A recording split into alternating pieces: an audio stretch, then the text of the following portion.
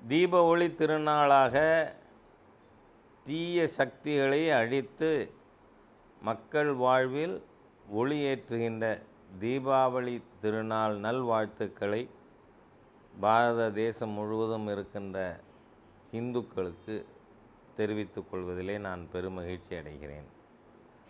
தீபாவளியுடைய காரணம், அதன் பின்னால் இருக்கின்ற அர்த்தமே அசுர சக்தி, தீய சக்தி அழிக்கப்பட்ட நாள் என்று மக்களுடைய நம்பிக்கை. அதனால் நாம் தீபாவளி அன்று காலையிலே எழுந்திருந்து எண்ணெய் ஸ்நானம் செய்து புத்தாடை உடுத்தி பட்டாசு கொளுத்தி நண்பர்களோடும் உறவினர்களோடும் வாழ்த்துக்களை தெரிவித்து மகிழ்ச்சியாக கொண்டாடுகின்ற ஒரு திருநாள். ஆனால் வர வர அந்த திருநாளுடைய ஒரு ஒளியினை மங்கச் செய்வதற்காக பல்வேறு முயற்சிகள் மேற்கொள்ளப்பட்டு வருகிறது. அதில் குறிப்பாக சொல்ல வேண்டுமானால் எல்லா துறையும், ஆல் ஆர்ம்ஸ் ஆஃப் அட்மினிஸ்ட்ரேஷன், பட்டாசு கொளுத்தாத,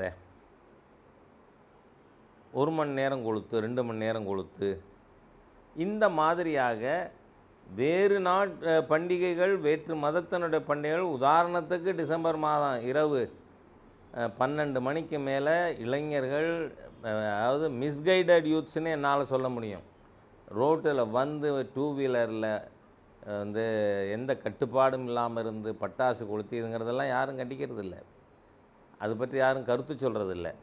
ஆனால் திட்டமிட்ட ரீதியில் பட்டாசு வெடிக்கக்கூடாது என்று ரொம்ப பேர் தவறாக கருதுகிறார்கள். இது ஏதோ மாசு ஏற்படுதுன்னு. நீங்கள் பார்த்தீங்கன்னா இப்போ இந்த கொரோனா தொற்று வந்த உடனே லாக்டவுன் அறிவித்தான். அப்போ ஊடகங்களில் என்ன செய்தி பார்த்தோம்? அம்ரிஸ்டர்லேருந்து 250 கிலோமீட்டருக்கு மேலே இருக்கக்கூடிய இமயமலை தெளிவாக தெரியுது. கங்கை ஜலம் குடிக்கக்கூடிய அளவுக்கு தகுதி பெற்றிருக்கு. அப்போது இந்த மாசுகளுக்கு பட்டாசு காரணமாக இல்லை, தொழிற்சாலை மாசுகள். ஆகவே அதுக்கு மாற்று கண்டுபிடிப்பது எப்படி? சாயப்பட்ட இந்த கழிவு நதியில் கலக்காமல் இருந்தால் நதி சுத்தமாக இருக்கும். தொழிற்சாலையில் கழிவு கங்கையில் கலக்காதனால கங்கை அப்படி நிர்மலமாக தூய்மையாக இருக்கிறது.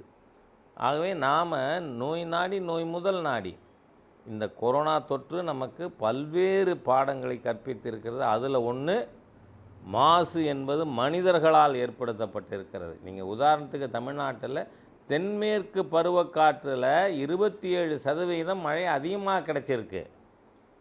காரணம் என்ன? அந்த காலத்தில் கிராமத்தில் சொல்லுவோம், புரட்டாசியில் பொன்னுருக காயும் மண்ணுருக பெய்யும்னு. ஆனால் சமீப காலங்களில் 10-20 ஆண்டுகளாக மழை இல்லை புரட்டாசியில். ஆனால் இந்த தரம் புரட்டாசியில் நல்ல மழை. இதுக்கு காரணமே மாசு கட்டுப்படுத்தப்பட வேண்டும். ஆனால் பட்டாசு கொளுத்துவதால் ஒரு நாள் தீபாவளி பண்டிகை கொண்டாடினால மாசு ஏற்படுது, அது பாதிக்குதுங்கிறத ஏற்றுக்கொள்ள முடியாது. அதோடு மட்டும் இல்லை, அந்த ஒரு நாள் பண்டிகையை நம்பி பல்லாயிரக்கணக்கான தொழிலாளிகள், சிவகாசி போன்ற, பிரதானமாக இந்தியாவிலேயே சிவகாசி தான், அங்கே உற்பத்தி செய்கிறாங்க. அவங்க வாழ்வு கெட்டு போகாதா? ஆகவே மக்கள் பட்டாசு வாங்க எவ்வளோ அதிகமாக உங்களால் முடியுமோ அவ்வளோ வாங்கி, குழந்தைகள் பட்டாசு விடும்பொழுது பக்கத்தில் இருங்க, பாதுகாப்பு குழந்தைகளுக்கு. ஆகவே பட்டாசு கொளுத்தணும். அதோடு கூட மறக்காமல் 1 நயா பைசாவுக்கு கூட சீன பட்டாசு வாங்கக்கூடாது.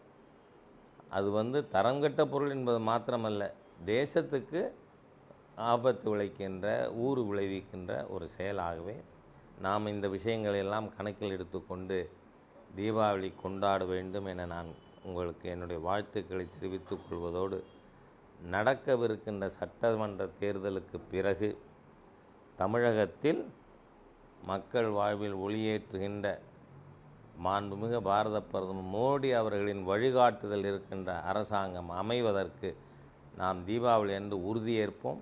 அதோடு மட்டுமல்ல, இந்த உலகத்திலே தமிழ்நாட்டில் இருக்கிற மாதிரி கோவில்கள் கிடையாது. அந்த கோவிலுக்கு இருக்கிற சொத்து மாதிரி உலகத்தில் எங்கேயும் கிடையாது. ஆனால் 50 ஆண்டுகளாக அது சூறையாடப்படுகிறது. சமீபத்தில் கள்ளக்குறிச்சியில் வீரசோழபுரத்தில் பார்த்தோம், 88 கோடி ரூபா பெருமானம் உள்ள சொத்தை 1,98,00,000 அரசாங்கமே ஊதாரித்தனமாக அதை எடுத்துக்கிறதுக்கு. ஏன் புறம்போக்கு கிடைக்காது கலெக்டராக கட்டுறதுக்கு? ஆகவே இந்த தீபாவளியிலே நாம் மற்றும் ஒரு உறுதி, அரசை ஆலயத்தை விட்டு வெளியேற்றுவோம் என்றும் நீங்கள் உறுதியேற்றுக் கொள்ள வேண்டும் என கேட்டுக்கொண்டு என்னுடைய நல்வாழ்த்துக்களை தெரிவித்துக் கொள்கிறேன்.